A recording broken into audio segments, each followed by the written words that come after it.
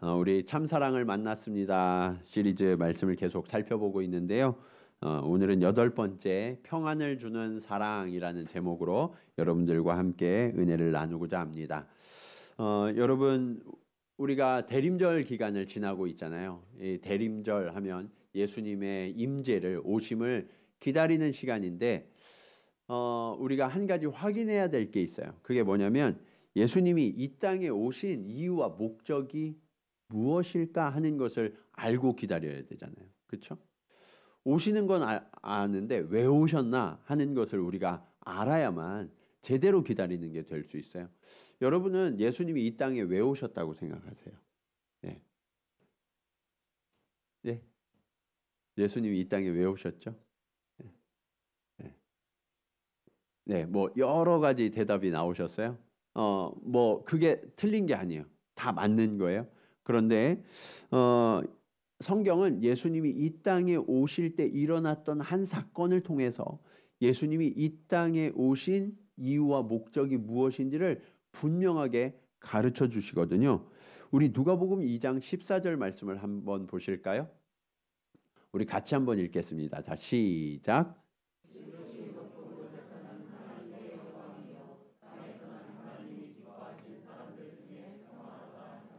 아멘.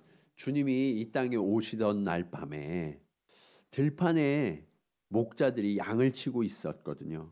그때 수많은 천군 천사들이 하늘을 가득 메우면서 찬송을 하는데 뭐라고 찬송해요? 하늘에서는 하나님께 영광이고 그리고 이 땅에는 하나님이 기뻐하심을 입은 사람들에게 평화가 가득하기를 노래했어요. 그러니까 예수님이 이 땅에 오신 것은 하나님께 영광을 돌리고 사람들에게 하나님의 평화를 선물하시기 위해서 이 땅에 오셨다라고 말씀하고 계셨던 거죠. 자, 그런데 그 예수님께서 이 땅에 생애를 모두 마치시고 하나님이 주신 사명을 완성하기 위하여서 예루살렘 성으로 올라갈 때 그때 사람들이요, 이 종려나무 가지를 흔들면서 호산나 호산나 다윗의 이름으로 오시는 이여 이렇게 외치면서 찬송하는데 뭐라고 찬송했는지 성경을 한번 보실까요? 누가복음 19장 38절 말씀입니다. 이르되 찬송하리로다 주의 이름으로 오시는 왕이여 하늘에는 뭐요?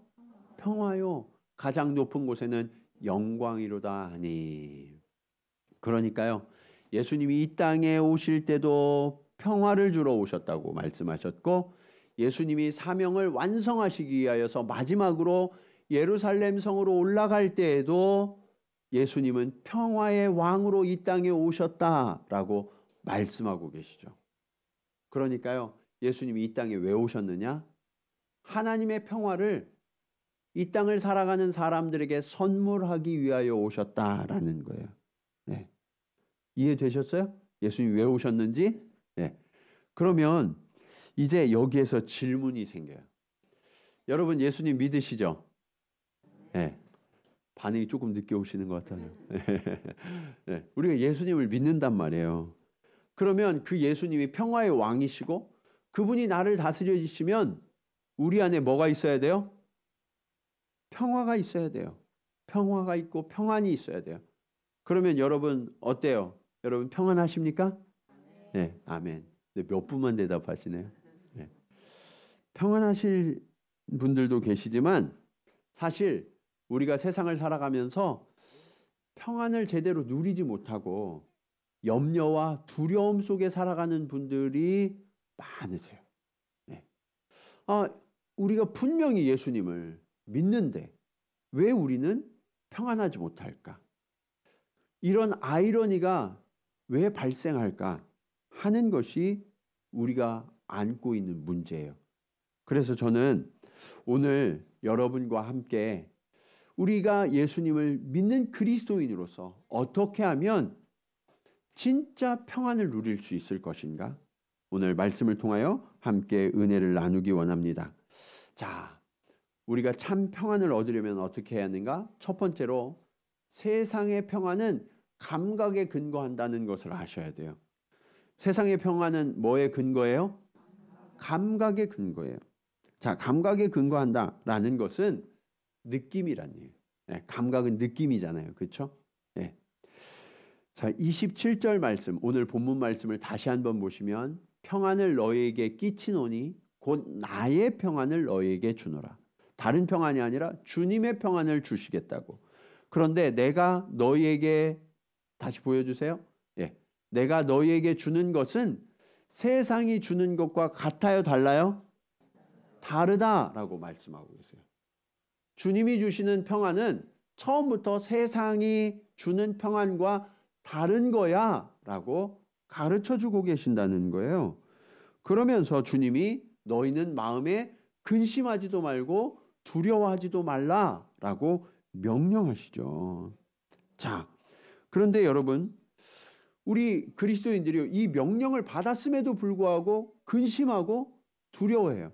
여러분, 올해 한 번이라도 근심 안 하고 걱정도 안 했던 분 계세요? 그런 분 계시면 한번 손 들어보세요. 할렐루야. 예. 예. 자, 다 그래야 되는데 우리가 왜 다 그러지 못할까요? 왜 우리가 주님이 이렇게 가르쳐 주셨는데, 명령하셨는데 왜 우리는 여전히 근심하고 두려워할까요? 그것은 우리가 믿는다고 말하지만 그리스도인들조차도 세상이 주는 평안과 주님이 주시는 평안을 구별하지 못하고 그냥 세상의 평안과 동일한 게 평안이다라고 착각하고 오해하면서 살아오기 때문이에요. 그래서 여러분, 우리가 무엇을 염려하고 무엇을 두려워했는지를 한번 생각해 보셔야 돼요. 여러분, 올해 한 해를 살아오면서 무엇을 염려하고 무엇을 두려워하셨습니까? 한번 생각해 보세요. 난 뭘 염려했지? 뭘 걱정했나? 솔직히 말하면 우리 대부분은 염려하는 제목들이요, 먹고 사는 문제예요. 그렇죠? 우리가 먹고 입고 또 어디에 살고 하는 의식주 문제가 우리 걱정과 염려의 대부분을 차지하죠. 여러분이 어렸을 때 학교 다니실 때 이 윤리나 도덕 시간에 보면 인간의 존재에 대해서 이야기해요. 인간의 존재에 대해서 이야기하면서 우리 인간은 동물과 구별되는데 왜 구별되느냐? 생각하는 존재라는 거예요. 생각하는 존재. 철학적 사고를 하는 아주 뛰어난 존재라고. 그렇게 우리는 배웠는데 정작 우리의 고민은 그런 동물과 별반 다르지 않아요. 그렇죠? 동물도 그냥 먹고 사는 거잖아요. 근데 우리도 매일 먹는 거, 입는 거, 어디에서 사는가 하는 것을 가지고 염려하고 근심했다는 거예요. 이게 세상의 평안과 주님이 주시는 평안을 우리가 구분하지 못한다는 증거예요. 그런데 우리만 그러냐? 사실은요, 예수님을 따르던 제자들도 그랬어요. 제자들은 매일 예수님과 동행했고 예수님이 베푸시는 기적과 이사들을 늘 목격했잖아요. 그런데 그들도요, 우리와 별반 다르지 않았다는 거예요. 예수님이 제자들과 늘 함께 계시다가 내가 이제 너희를 떠나가야 되겠다라고 말씀하시니까 예수님의 제자 중 한 사람이었던 도마가 이렇게 이야기했어요. 5절 말씀 보시면 도마가 이르되 주여 주께서 어디로 가시는지 우리가 알지 못하거늘 그 길을 어찌 알겠사옵나이까. 도마는요, 주님과 늘 함께 하기를 원했어요. 그래서 주님의 이름을 부르면 가까이에서 달려오시고 그리고 주님을 만질 수 있고 지금뿐만 아니라 앞으로도 늘 그런 주님과 함께 동행하는 삶을 살 줄 알았거든요. 그런데 주님이 떠나가셔서 주님이 보이지 않고 주님이 만져지지 않으니까 염려가 되는 거예요. 주님이 어디로 가시는지 내가 알지 못합니다 라고 이야기하고 있었던 거죠. 그런데 여러분, 우리가 모여 있을 때 딱 한 사람만 이런 이야기를 해도 그 공동체의 의심과 두려움이 점점 더 커지거든요. 한 사람만 있어도 문제인데 곧 이어서 또 다른 제자가 이렇게 이야기해요. 8절 말씀입니다. 빌립이 이르되 주여 아버지를 우리에게 어떻게 해달라고요? 보여주옵소서. 그리하면 족하겠나이다. 여러분들 이런 기도 해보신 분 계시죠? 주님 보여주세요. 네. 그러면 제가 주님 잘 믿겠습니다. 네. 주님께서 아버지께로 가시겠다고 그러니까 아버지요? 그러면 그 아버지를 우리에게 좀 보여주세요. 그러면 내가 만족하고 예수님을 잘 믿겠습니다 라고 이야기하는 거죠. 여러분 이게 그럴듯한 이야기처럼 들려요. 아, 저 사람은 그래도 아버지를 잘 믿고 있구나. 그런데 여러분 엄밀하게 이 말씀을 살펴보면 지금 주님이 하시는 말씀을 내가 알지도 못하겠고요. 내가 인정할 수도 없습니다 라고 이야기하고 있는 거예요. 그런데 이것이 제자들만의 문제가 아니라 오늘 이 시대를 살아가고 믿음을 고백하는 저와 여러분의 문제일지도 몰라요. 예. 우리가 주님께 그렇게 이야기하죠. 주님, 제게 똑바로 좀 이렇게 들려주시면 제가 알겠는데. 주님, 제게 확신할 수 있는 무언가 증거를 보여주시면 제가 잘 믿겠는데. 주님, 제가 들리지 않고 보이지 않아서 그 주님을 제대로 믿지 못하겠습니다. 주님을 믿는다고 하지만 주님, 내가 이 정도까지, 내가 할 수 있는 정도까지는 믿어도 그 이상은 내가 따라갈 수가 없습니다 라고 하는 것이 우리들의 삶의 태도이지 않나요? 오늘 주님은요, 제자들을 통해서 우리의 믿음의 이러한 한계를 가르쳐주고 계시는 거예요. 우리의 시선은 여전히 현실을 벗어나지 못하고 있는 거죠. 우리의 생각은 우리가 딛고 살아가는 이 땅을 한치도 벗어나지 못하고 있는 거예요. 네. 게다가 이런 일도 있었어요. 여러분 신앙생활을 하시지만 사람들이 잘 변해요, 안 변해요? 네? 어때요? 네. 잘 변하는 것 같으세요? 안 변하시는 것 같아요? 신앙생활을 하면 원래 잘 변해야 되거든요. 근데 참 이게 사람이 즐겨서 잘 변하지가 않아요. 그래서인지 부활하신 예수님이 제자들을 찾아오셨을 때 마침 도마가 그 자리에 없었어요. 제자들이요, 부활하신 예수님을 만났다고 하는데 도마가 이렇게 이야기하는 거예요. 요한복음 20장 25절 말씀입니다. 다른 제자들이 그에게 이르되 우리가 주를 보았노라 하니 도마가 이르되 내가 그의 손에 못자국을 보며 내 손가락을 그 못자국에 넣으며 내 손을 그 옆구리에 넣어보지 않고는 믿지 아니하겠노라 하니라. 아, 내가 예수님을 보질 못해서, 부활하신 예수님을 보질 못해서 믿어지지 않는데 이 정도가 아니에요. 뭐라고 이야기하는 거예요? 내가 직접 보고 내가 만져보지 않으면 믿을 수가 없어. 믿지 않을 거야 라고 아예 대놓고 반대하고 있는 거죠. 이처럼요, 우리가 믿음이 있는 것 같아도요, 우리의 믿음은 철저히 감각에 제한되어 있는 믿음임을 우리가 알아야만 해요. 믿음은 원래 보이지 않는 것, 볼 수 없는 것들을 믿는 거잖아요. 그런데 우리가 믿는다고 하면서도 늘 보이는 것, 만져지는 것에 제한되어 있는 거죠. 그리고 보이지 않으니까, 소유하지 못하고 만져지지 않으니까 마음이 어때요? 불안한 거예요. 염려가 되고 두려운 거예요. 그러니까 우리가 믿는다고 하지만 우리의 감각과 느낌에 따라서 자꾸 그 믿음이 요동쳐요. 네. 여러분, 느낌은요, 상대적이거든요. 여러분이 정말 지금 바라고 원하는 게 뭐가 있으세요? 네. 만일 어떤 분이 돈이 필요해요. 그래서 내가 한 1,000,000엔만 있었으면 좋겠다 했는데 1,000,000엔이 생겼어요. 그럼 좋겠어요, 안 좋겠어요? 좋죠. 만족돼요. 근데 하나님이 나한테는 1,000,000엔을 주셨는데 저 사람한테는 1억엔을 주셨어.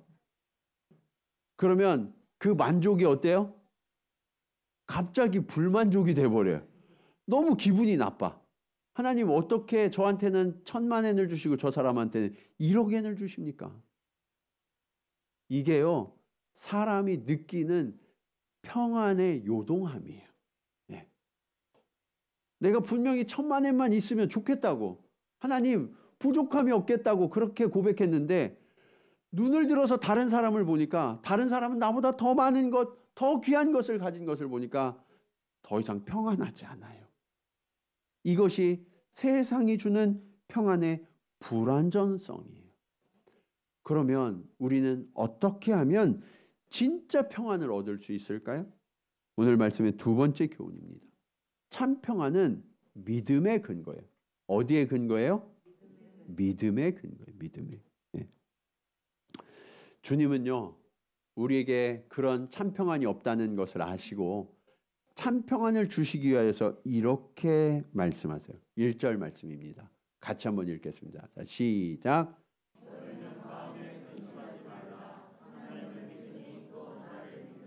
아멘. 여러분, 근심하지 않으려면 어떻게 해야 되냐면 믿어야 돼요. 뭘 해야 돼요? 믿어야 돼요. 예.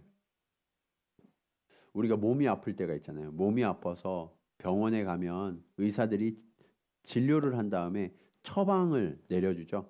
그러면 여러분, 그 의사의 처방을 따르세요? 안 따르세요? 따르죠? 왜 따르세요? 도대체 뭘 믿고 따르시는 거예요? 네, 의사니까. 네, 나보다 더 잘한다고 믿으니까. 그러면 여러분, 한번 생각해 보자고요. 우리가 믿는 하나님이 그 의사보다 못한가요? 우리가 믿는 하나님이 그 의사보다 우리를 모르실까요? 우리를 고치실 능력이 없으실까요? 우리를 채우실 게 부족하실까요? 그렇지 않죠. 그런데 왜 우리는 의사의 말은 잘 따르면서 주님의 말씀은 따르지 않는 걸까요? 믿음이 없기 때문에. 믿음이 없기 때문에. 그래서요, 주님은 그 믿으라고 말씀하시면서 믿음의 근거도 제시해 주세요. 2절과 3절 말씀 보시면 이렇게 말씀하고 있어요. 내 아버지 집에 거할 곳이 많도다. 그렇지 않으면 너희에게 일렀으리라. 내가 너희를 위하여 거처를 예비하러 가노니 가서 너희를 위하여 거처를 예비하면 내가 다시 와서 너희를 내게로 영접하여 나 있는 곳에 너희도 있게 하리라. 아멘. 이 말씀을 한국 사람들이 제일 좋아하더라고요. 왜냐하면 한국 사람들은 집에 열광하는 사람들이라. 네. 어딜 가나 집부터 장만하는 사람들이 한국 사람들이잖아요. 그러니까 하나님이 집 지어주신다고 그러니까 좋대요. 네. 근데 하나님이 이 집을 어디에다가 마련해 주시겠다는 거예요? 네. 천국에. 하나님의 집에. 네. 근데 이게 하나님의 집에 져준다고 그러니까 갑자기 이게 대단한 게 아닌 것처럼 또 느껴지거든요. 우리는 눈앞의 현실, 내 앞에 보이는 집을 원하는데 그게 아니라 지금 내 삶의 문제를 해결해 주시는 것이 아니라 너무도 먼 훗날의 이야기처럼 들리기 때문에 이게 현실처럼 느껴지지 않아요. 근데 여러분, 한번 생각해 보세요. 인간이 가지고 있지만 절대로 해결할 수 없는 궁극적인 문제가 있어요. 그게 뭐냐? 그것을 해결하기 위해서 애썼던 사람들이 있어요. 여러분, 중국의 최초의 황제가 누구예요? 네, 진시황이잖아요. 이 진시황이요, 제국을 통일하고 모든 것을 가져보니까 한 가지 부족하다는 걸 알았어요. 모든 것을 가졌는데 한 가지 부족했어요.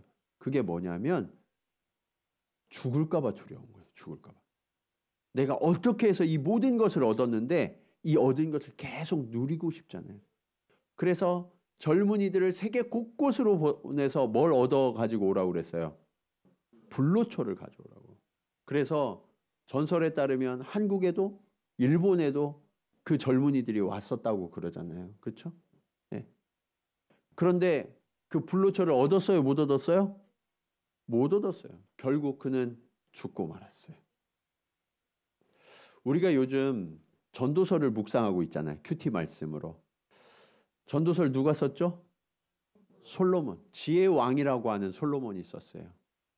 그 역시도 내가 세상의 모든 것을 다 가져보고 다 누려보고 세상의 모든 지혜를 내가 다 알아보니까 세상은 어떻대요? 결론은 헛되고 헛되고 헛되다라고 이야기하고 있어요.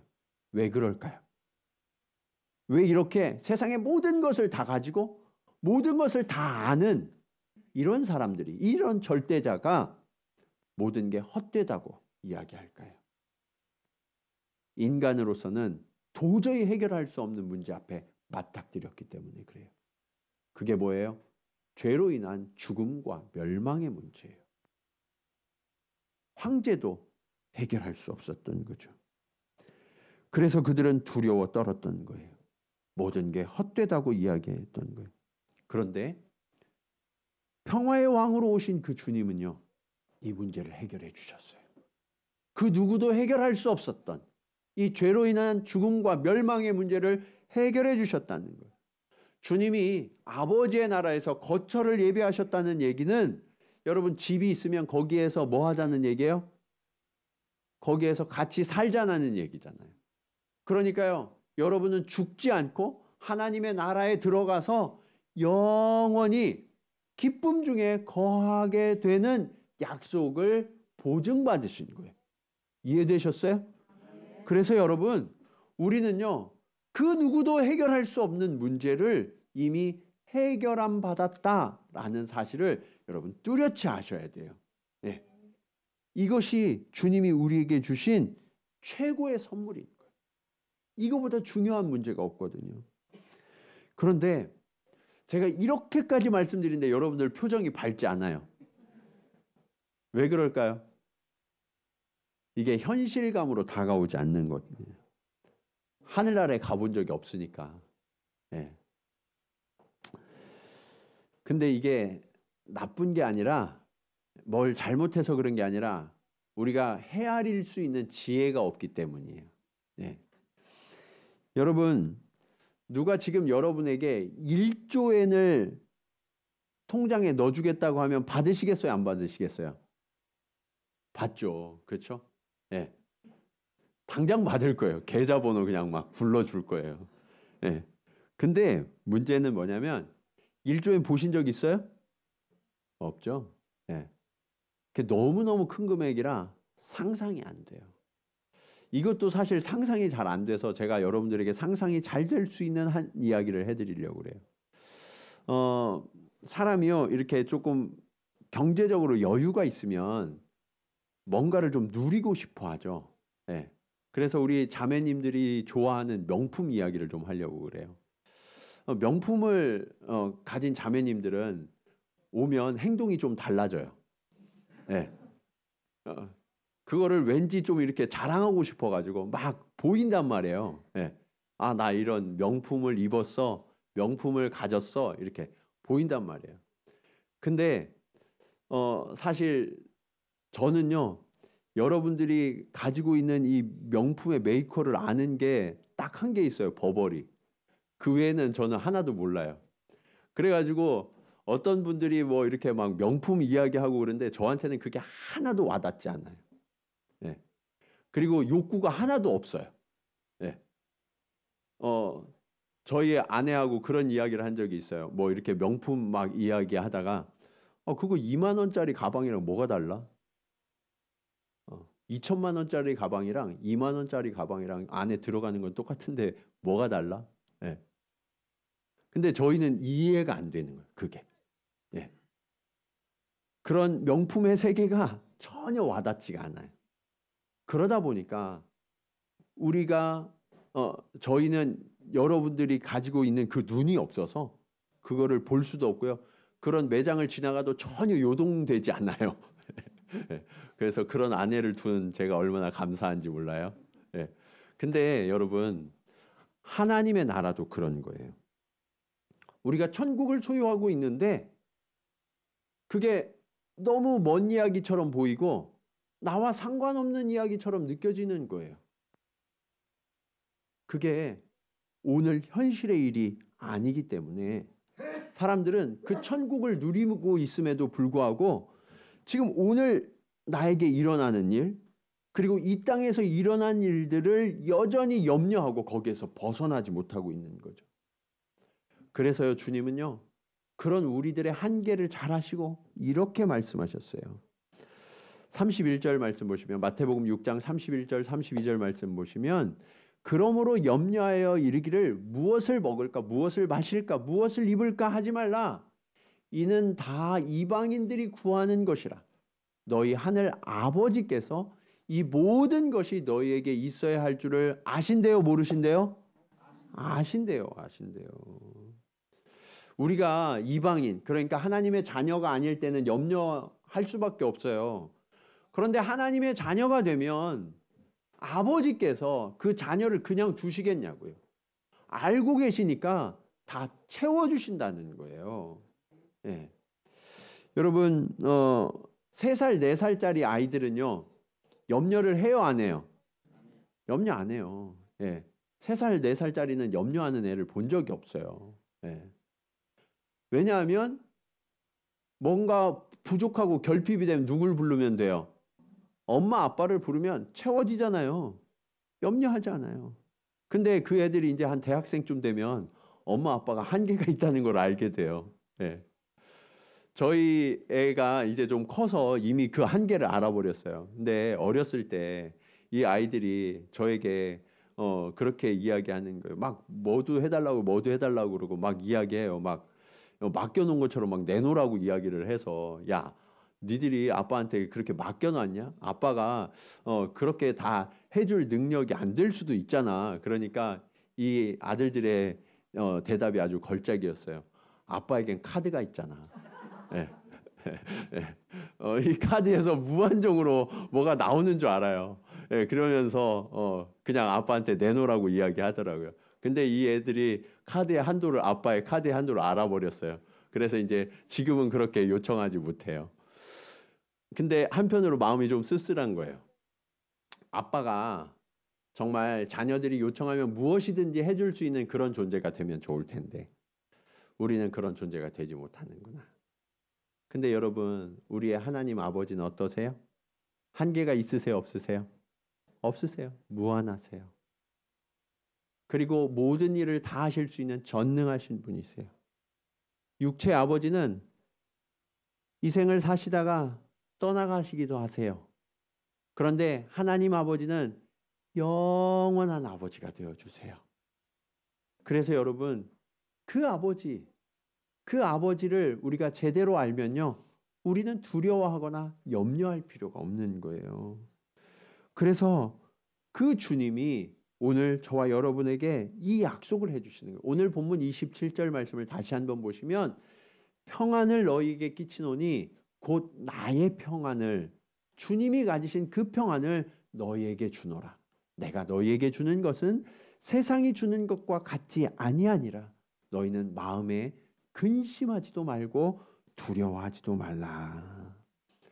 여러분, 하나님을 진짜 나의 아버지로 인식하시면 근심하거나 두려워할 필요가 있어요, 없어요? 없다는 거예요. 예. 이제 오늘부터 근심과 염려를 다 내려놓으시기를 부탁드립니다. 네. 그런 일이 일어나야 되는 거예요. 네. 하나님은요, 전능하시고 무한하시고 신실하셔서 그 약속을 반드시 이루어 주시는 분이거든요. 그런데 우리가 믿기만 하면 하나님이 그 일을 이루어 주시는데, 문제는 이 진짜 평안을 주시는 이 믿음을 어떻게 가질 수 있는가 하는 거예요. 네. 그것이 오늘 말씀의 마지막 교훈입니다. 우리가 어떻게 그 믿음을 가질 수 있는가? 평안을 주는 사랑은 말씀의 근거예요. 뭐의 근거예요? 말씀의 근거예요. 우리가 서론에서 예수님은 평화의 왕으로 오셨다고 우리가 들었잖아요. 어느 나라나 법이 있죠. 네. 그런데 그 법을 따르면 그 나라 안에서 우리가 안정되고 질서 있는 삶을 살 수 있게 돼요. 네. 주님이 주님 나라의 법을 어떻게 대해야 되는지에 대해서 이렇게 말씀하십니다. 21절 말씀 우리 같이 한번 읽겠습니다. 자, 시작.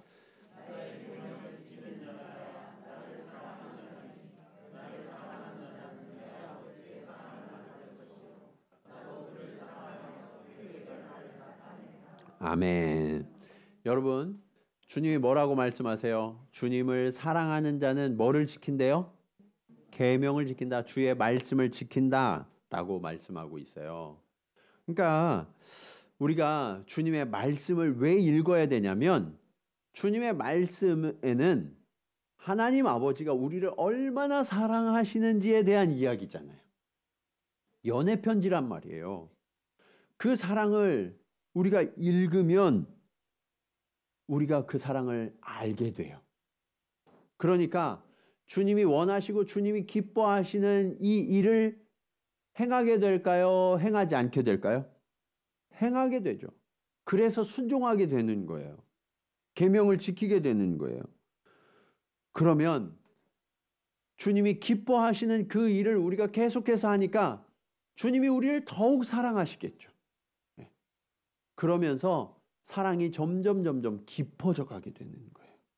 주님의 말씀을 읽고 그 사랑이 깨달아져서 사랑으로 주님을 섬기면 주님은 우리를 더욱더 사랑해 주시고 이것이 사랑의 선순환이라고요.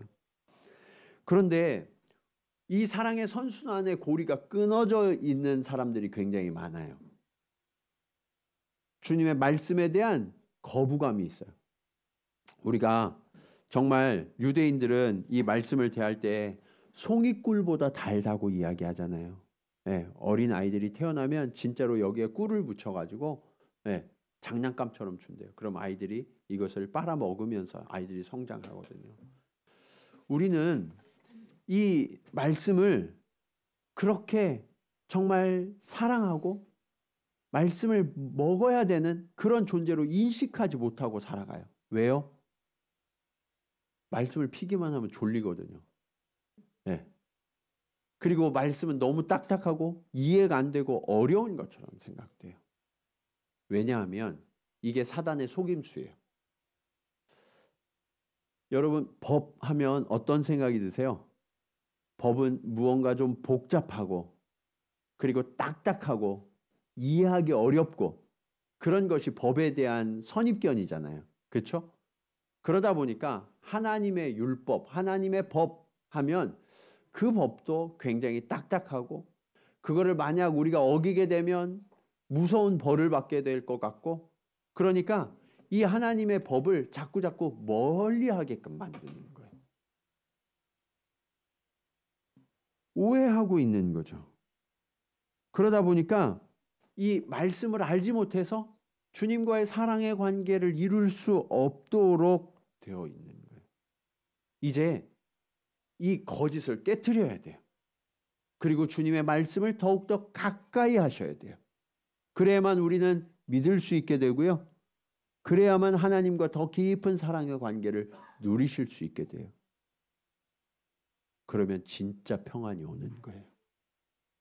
그러면서 주님이 두 가지 약속을 우리에게 주셨어요. 14절 말씀해 보시면 내 이름으로 무엇이든지 내게 구하면 내가 어떻게 하리라고요? 행하리라. 응답하시겠다는 거죠. 여러분이 기도하시기만 하시면 아버지께서 다 들어주신다는 거예요. 근데 여러분이 기도하는데 응답이 안 될 때가 있어요. 그때는 언젠가 하나님과 사랑의 관계가 틀어져 있을 때예요. 네. 그래서 여러분이 주님을 사랑하는 그 마음을 회복하시면 그리고 하나님 앞에 기도하면 하나님이 들어주신다는 것을 아셔야 돼요. 네. 그리고 주님이 또 한 가지 약속을 주셨어요. 16절 말씀입니다. 내가 아버지께 구하겠으니 그가 또 다른 보혜사를 너희에게 주사 영원토록 너희와 어떻게 있게 하시겠다고요? 함께 있게 하시겠다. 주님은요, 저와 여러분을 결코 고아처럼 홀로 버려두지 않으시겠다라고 말씀하세요. 여러분이 거하는 곳 어디서나 주님은 함께하고 계세요. 성령 하나님으로. 예. 그래서 여러분은 결코 혼자가 아니에요. 결코 외롭거나 두렵지 않아요. 왜냐하면 전능하신 성령 하나님께서 저와 여러분 안에 아예 자리하고 계시기 때문에 그래요. 그러면 그 주님이 보내신 이 성령이 우리 안에서 어떤 일을 하시는가? 26절 말씀입니다. 보혜사 곧 아버지께서 내 이름으로 보내실 성령, 그가 너희에게 모든 것을 가르치고 내가 너희에게 말한 모든 것을 생각나게 하리라. 성령이 우리 안에서 어떤 일을 하시냐면 주님의 말씀이 생각나게 해주신다는 거예요. 제가 목회를 하면서 이렇게 부부들 중에 굉장히 이렇게 사이가 좋은 부부들이 계시죠. 그런데 이 사이가 좋은 부부들은요, 동일한 특징이 있어요. 그게 뭐냐면 두 사람 사이에 아주 좋은 추억이 많이 있다는 거예요. 네. 추억을 많이 가지면 이게 무슨 역할을 해주냐면, 우리가 살아가다 보면 힘들고 어려울 때가 있어요. 부부도 서로 서운함을 느낄 때가 있고요. 그런데 그런 위기의 때 서로 함께 사랑하고 함께 나누었던 그 사랑의 추억이 생각이 나요. 기억이 나요. 그러면 그게 그 위기를 벗어날 수 있는 힘과 능력이 되어서 위기를 넉넉히 넘어서게 되는 거예요. 마찬가지예요. 우리가 주님을 정말 사랑하고 그 주님과 함께하는 그런 추억이 많아야, 성령이 나에게 가르쳐 주셔서 그게 기억나야 이 세상을 살아가면서 힘들고 어려울 때, 우리가 불안하고 염려가 될 때 그 말씀이 기억나면 우리가 그 어려움과 위기를 이겨낼 수 있는 힘이 되는 거예요. 그래서 여러분 안에서 성령이 늘 역사하셔서 말씀을 기억나게 해주시도록 우리가 늘 말씀을 가까이 하셔야 되는 거예요. 여러분, 이제 우리는 성탄을 준비하고 기다리고 있어요. 그런데 주님이 이 땅 가운데 오신 이유와 목적이 뭐라고 말씀드렸어요? 우리에게 뭐를 주러 오셨다고요? 평화를 주시고, 주님을 더욱더 사랑하십시오. 주의 말씀을 더욱더 가까이 하십시오. 그러면 그 주님이 주시는 평안이 어느덧 내 안에 스며들어 있을 거예요. 이 평안은 세상이 주는 평안과 다르다라고 말씀하고 계세요. 그리고 이 주님의 평안을 가지면 이 세상은 점점 더 안 좋은 소식이 들려오고 우리를 두렵게 하지만, 주님이 주시는 평안 때문에 우리는 요동하지 않고 이 세상을 승리하는 믿음으로 살아가게 될 거예요. 오늘 그 세상을 이기는 이 평안을 소유하시고 이 땅 가운데 주님의 복된 자녀로 살아가는 저와 여러분 모두가 되시기를 주님의 이름으로 간절히 축원합니다. 우리 이 시간 말씀을 기억하시면서 함께 찬송으로 고백하기 원합니다. 하나님 아버지, 그렇습니다. 우리는 지금까지 세상이 주는 평안, 그것이 행복이라고 착각하며 살아왔습니다. 그러나 주님이 주시는 세상과 다른 평안, 그 평안을 내가 누리며 진정한 행복을 누리며 살아가게 하여 주시옵소서. 우리 그런 고백으로 함께 찬양하시겠습니다.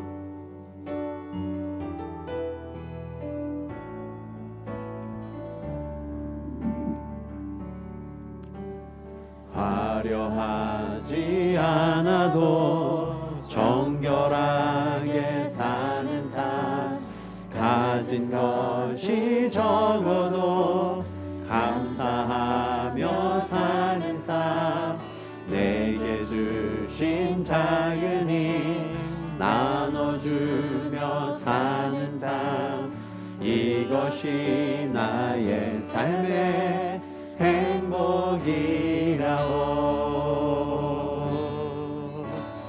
눈물 날 일 많지만 기도할 수 있는 것, 억울한 일 많으나 주를 위해 찾는 것, 비록 짧은 작은 삶 주 뜻대로 사는 것, 이것이 나의 삶의 행복이라오. 이것이 행복이라오.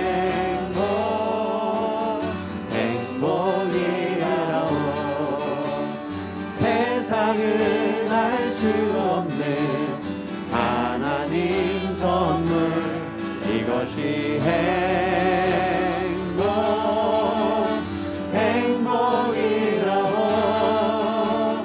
하나님의 자녀로 살아가는 것, 이것이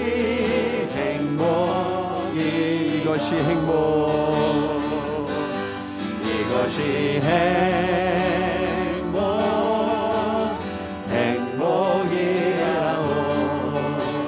세상은 알 수 없는 하나님 선물, 이것이 행복이라오.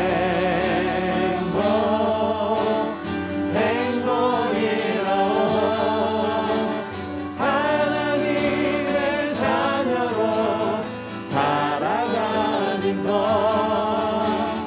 이것이 행복이라오. 그렇습니다.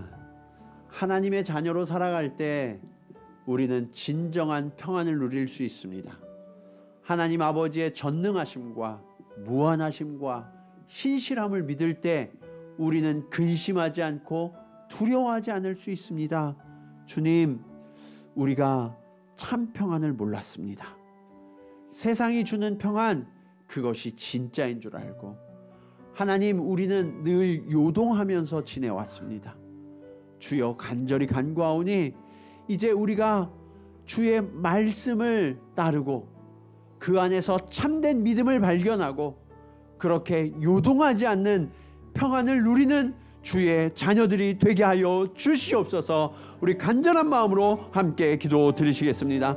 할렐루야. 아버지 하나님, 은혜를 감사합니다. 아버지 하나님, 세상이 주는 평안, 아버지 하나님, 이 평안은 우리가 잠깐 기쁨을 누리다가도 다른 사람들과 비교하면서 날마다 아버지 하나님 넘어지고 무너지는 것이 세상의 평안임을 주님 깨닫습니다. 주님, 우리가 믿음을 가졌다 하나 하나님을 바라보지 못하여서 날마다 요동하였고 아버지 하나님 만족하지 못하는 삶을 살아왔음을 주님 고백하며 회개합니다. 주님, 이제 평화의 왕으로 오신 그 주님의 다스리심, 그 주님의 법을 지키며 아버지 하나님 진정한 행복과 진정한 사랑 안에 거하는 주님의 자녀들 되게 하여 주시옵소서. 주님이 우리의 아버지가 되어주셔서 우리의 모든 것을 채우시고 아버지 하나님 우리가 구하지 않아도 하나님께서 하나하나 채우시고 인도하시고 충만케 하심을 주님 깨달아 알게 하여 주시옵소서.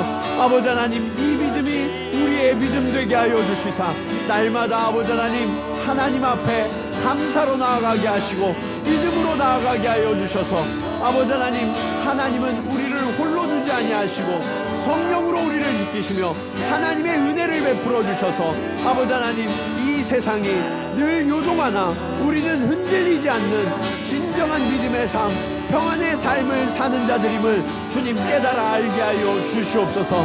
아버지 하나님, 오늘 우리가 그렇게 하나님의 자녀가 되었습니다. 아버지 하나님, 하나님의 자녀로서 하나님 품 안에서 진정한 평화와 진정한 행복과 진정한 사랑을 누리며 살아갈 수 있도록 주여 역사하여 주시옵소서. 아버지 하나님, 그렇습니다. 우리가 주님을 믿는다고 했지만 세상의 평안을 구했고 그렇게 세상의 것들을 얻어서 잠시 기뻤다가도 다른 사람이 나보다 더 많은 것을 가지고 더 귀한 것을 가진 것을 보면서 우리가 불평하며 원망했던 그런 어리석은 자임을 주님 고백하며 회개합니다. 주님, 이제 세상의 것을 구하는 것이 아니라 주님이 주시는 주님의 참 평안을 구하며 얻는 자들이 되게 하여 주시옵소서.